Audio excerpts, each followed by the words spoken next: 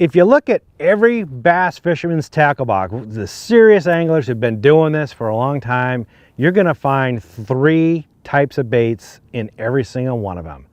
Why? Because they're easy to use and they are effective. They catch a lot of fish. They're very productive. So let's get into those 3 types because you're gonna need these.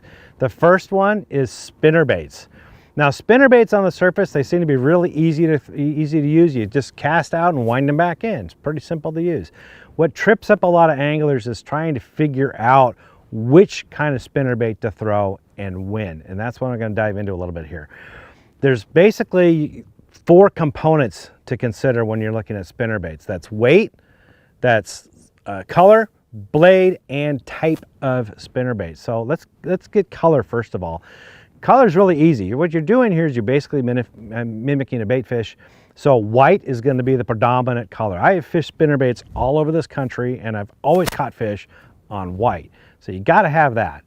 2 other colors is white and chartreuse and chartreuse. Those are used when the water's a little bit more dingy, actually really muddy conditions. It can work very well for that. Plus, if you're fishing just for smallies, boy, they like that chartreuse. So a straight chartreuse skirt works really well for those smallmouth, man. They will crush it. That's it. That's pretty easy in choosing colors. So let's go to blades. Blades can get confusing. There's 3 types of, primarily 3 types of blades. Your Colorado, Indiana, and your willow leaf blades. Colorado blades are really round.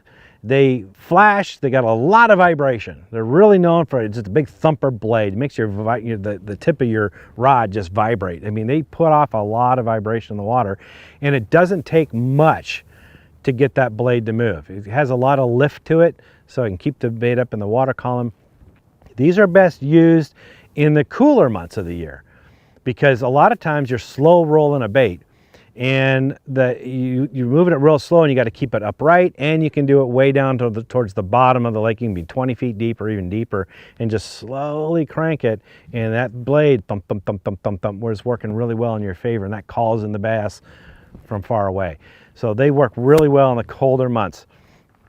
Now Indiana, actually let's go to the willow leaf, and that's on the other end of the spectrum. Willow leaf blade looks more like a bait fish, the shape of it.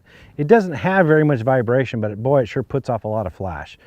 So it kind of gives off this image of a bait fish. So when the bass are actively feeding on bait fish, willow leaf blades are it, man. You have a double willow leaf spinnerbait, that's going to be your most productive bait during that time of year. Typically in the summer months and into the fall is when willow leaf blades work really well. They don't get hung up on weeds, so you can throw them in and around weeds without bringing back a bunch of junk.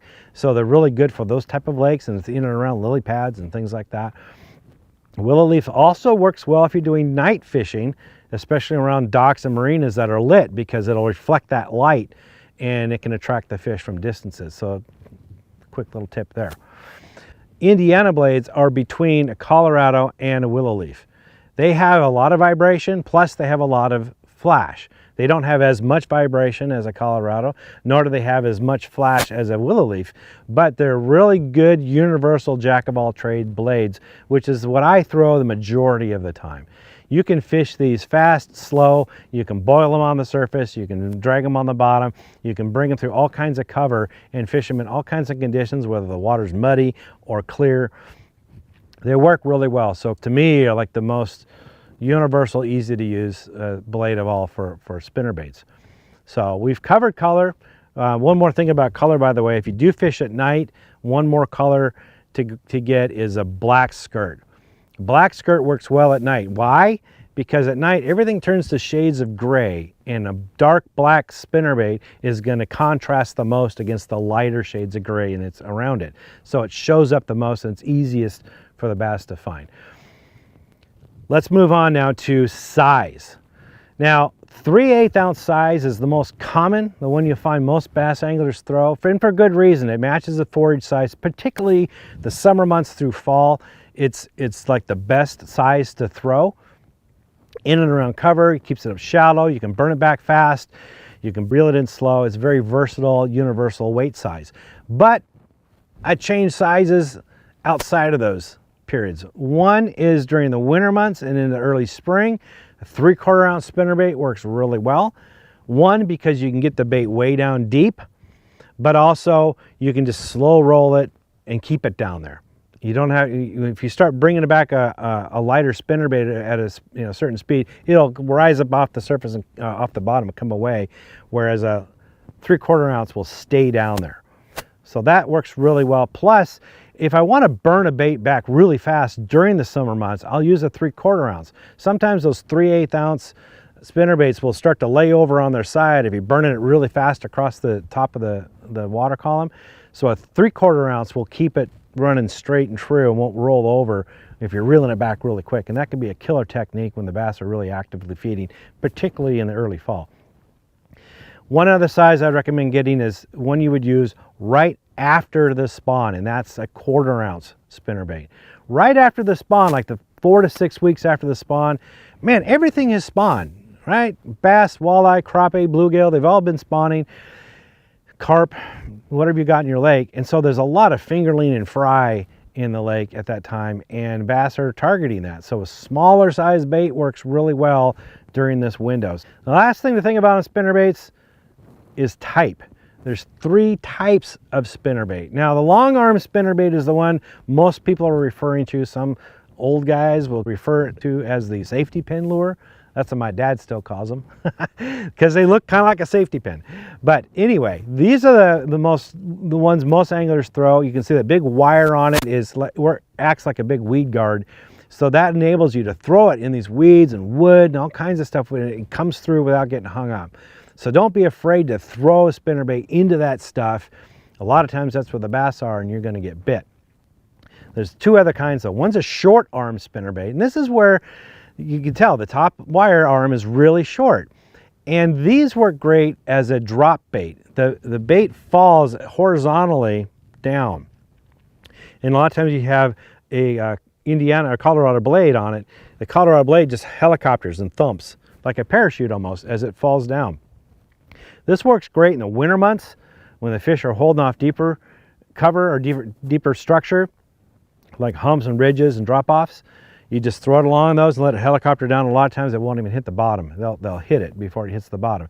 It also works in the summer in those same areas, the same presentation, right? Just along deeper water, along those steeper drops, steeper points, that type of thing. Throw it out there and just let it drop on free line. Watch your line, because that's what how you'll tell with the bite is your line's gonna jump. Or if you're throwing in 20 feet of water and you're letting it helicopter down, you know it's about 10 feet down and suddenly it stops dropping. Well, something got it. So pay attention to your line when you're doing that. That's what the short arm spinnerbaits are for. And the last kind are the inline spinnerbaits.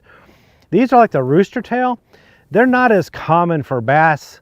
They're mostly used for like pike and muskie and trout fishing, things like that, but they should have a place in your tackle box as well. Sometimes you pull it out of your little kit when you're not catching anything at all. It's sort of a Hail Mary bait, for me at least, but you can catch a lot of fish on them. Now they're not weedless. They got a big treble hook on the back, so you can't throw it in those heavy, thick areas. You're just gonna get frustrated or maybe lose a few lures. But that slender profile with that little blade on it gives off a little minnow look, and sometimes that's exactly what the bass want. And you can really save the day sometimes if you're throwing a lot of other stuff and the bass don't want anything. That works really well. It worked for me really well. I was in a tournament once, and just out of desperation, my partner and I, like out of 4 hours, we hadn't caught anything. I pulled out a rooster tail and started catching small fish. They were like 13 inches, nothing to brag about, but got a limit of those, and so did my partner, and we ended up taking 3rd and 5th respectively in the tournament. Just because everybody else was struggling and a lot of people blanked, we were able to at least scrape out a few small limits and did well. So inline spinnerbaits, keep them with you. Color-wise, same thing, white, that's what you want.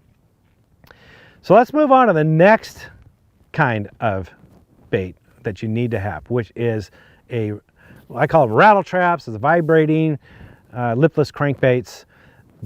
Those work year round, and they've been working for decades, man. These are fantastic baits. Don't overlook them. They were really popular in the 90s and 80s. They've kind of, you don't hear about them as much, but they still work just as good as they used to. Keep them with you, keep using them. They can be used all year round. Because of the nature of them, and unlike any other crankbait, you can let it sink and flutter, and it vibrates when it falls. And when you can be in 10 feet of water, you can be in 40 feet of water. You can fish it at any depth, which is, you can't do that with any other kind of crankbait. And as it falls, it looks like a dying bait fish. So this works really good in the fall and the winter time when bass are keen on dying bait fish. It mimics that behavior and they'll annihilate it. But it also works great in the spring when the fish are up shallow. You can burn it across the top of weeds. You can do it in the summertime along weed edges, along docks. Riprap is very productive, a good area to throw them in all throughout the year. They just work. They work really well. Now you don't have to go hog wild with colors or with sizes. You get a 1/2 ounce and that's about it. 1/2 ounce is really what I like. 3/8 ounce, a lot of people like to throw that too, so you can throw those too. But color wise, there's not a whole lot that they come in like 50 or more different colors. So let's make it really simple. Chrome with blackback or chrome with blueback. That is like the most productive, especially if you're in waters that have a lot of smallmouth. They just, I don't know what it is, but smallmouth love that. So I always have one of those tied on. There's a couple other colors you can get. Shad color, like a sexy shad or a Tennessee shad, especially if you have a lot of shad that forage base in your lake. Sunfish type colors, like your bluegills, your perch, anything with chartreuse in it, like a fire tiger color. That's a great color to have. Crawdad, there's brown crawdad and red crawdad. Use the red crawdad when the fish are up shallow and brown crawdad any other depths. And that's about it. You don't really need to go crazy with colors. You don't need to buy all 50 different ones. So just stick with those and catch a ton of fish. And sometimes just cast them out and reel them in is all you need to do, but you can slow it down. You can put pauses as you reel and stop, reel, stop. You can twitch it with your rod, impart a little action, make it dart and dive a little bit, and that sometimes elicits strikes. So play with them, you'll have a lot of fun. The last lure is the jig.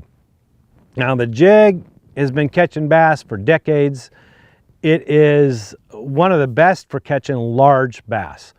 But the thing that trips up a lot of people is trying to figure out what kind of jig to get, what size, what color. So let's dig into that a little bit. There's really 4 main jig types. There's the round head jig, football jig, swim jig, and the flippin' jig. Now you don't need to have all of them to begin with, but most anglers that have been around fishing for quite a while have those in his arsenal. What are those for? Well, the ball jig is used for a couple of things. One, you can get them with skirts on them in the form of a finesse jig.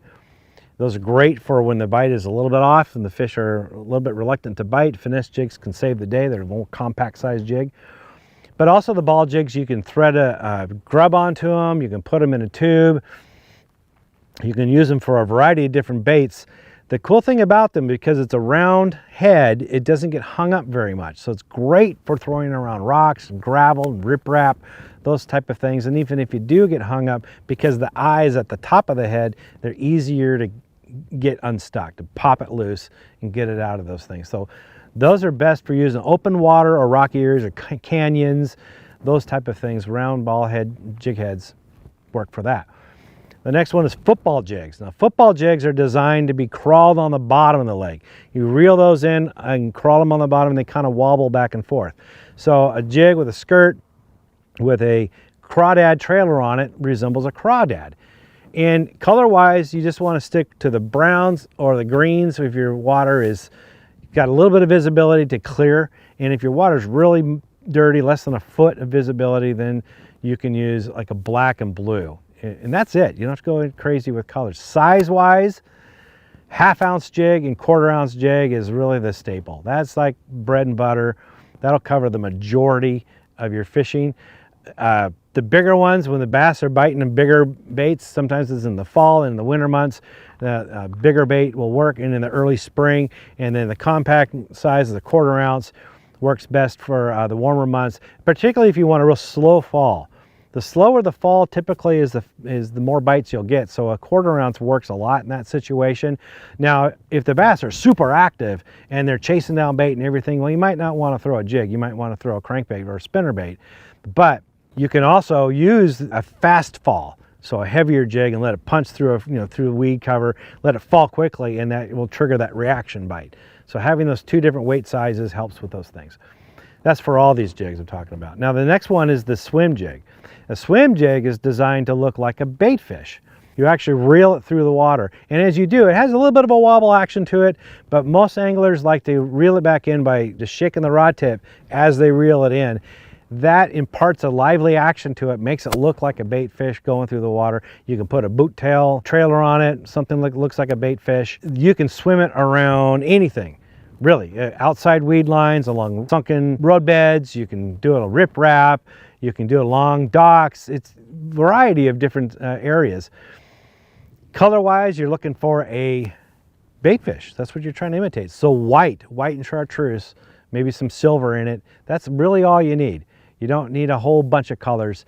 Swim jigs have become very, very popular ways of catching bass, and the bass are fooled by them all the time. So make sure you have some swim jigs.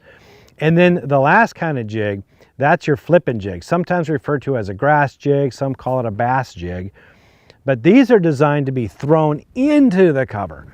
So flooded bushes, flooded trees, weeds, things like that. It's got a good weed guard on it. The line ties in the front, so it pulls through the weeds really easy. It doesn't get a lot of gunk on it. When it comes back through all this, it doesn't collect all that. And most importantly, it doesn't get hung up very easily.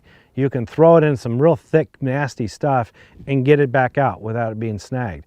So that's why they're very productive.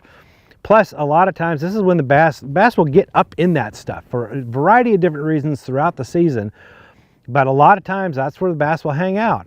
And you got to go in and dig them out. And sometimes plopping that jig right on their face when they're sitting in the weeds or sitting right next to a stump or right underneath the dock, getting that jig right up on their face is all that it takes for them to just nail it.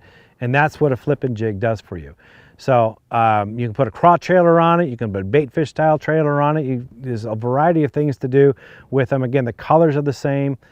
Do the browns, the greens when it's clear, and same thing using the black and blue jig. Black and blue is kind of a universal color for all lakes. Don't have much visibility to them.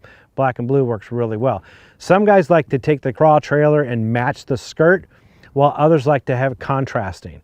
And there's merits to both. Sometimes that's all it takes to get a bite. If you've got the matching colors and you're not getting the bites, switch up, and perhaps if you're using a brown jig, put a black trailer on it. Sometimes that's all it takes, is just a change in color to get that bite. So just play with it, experiment with it. If you're not having a lot of success with it, keep trying, because jigs are very, very productive. Those are the three main baits that you're gonna find in virtually every tackle box of every bass angler, because they work and they're easy to use. So go out, get some, and use them, and have a lot of fun. For more tips and tricks like this, visit bassresource.com.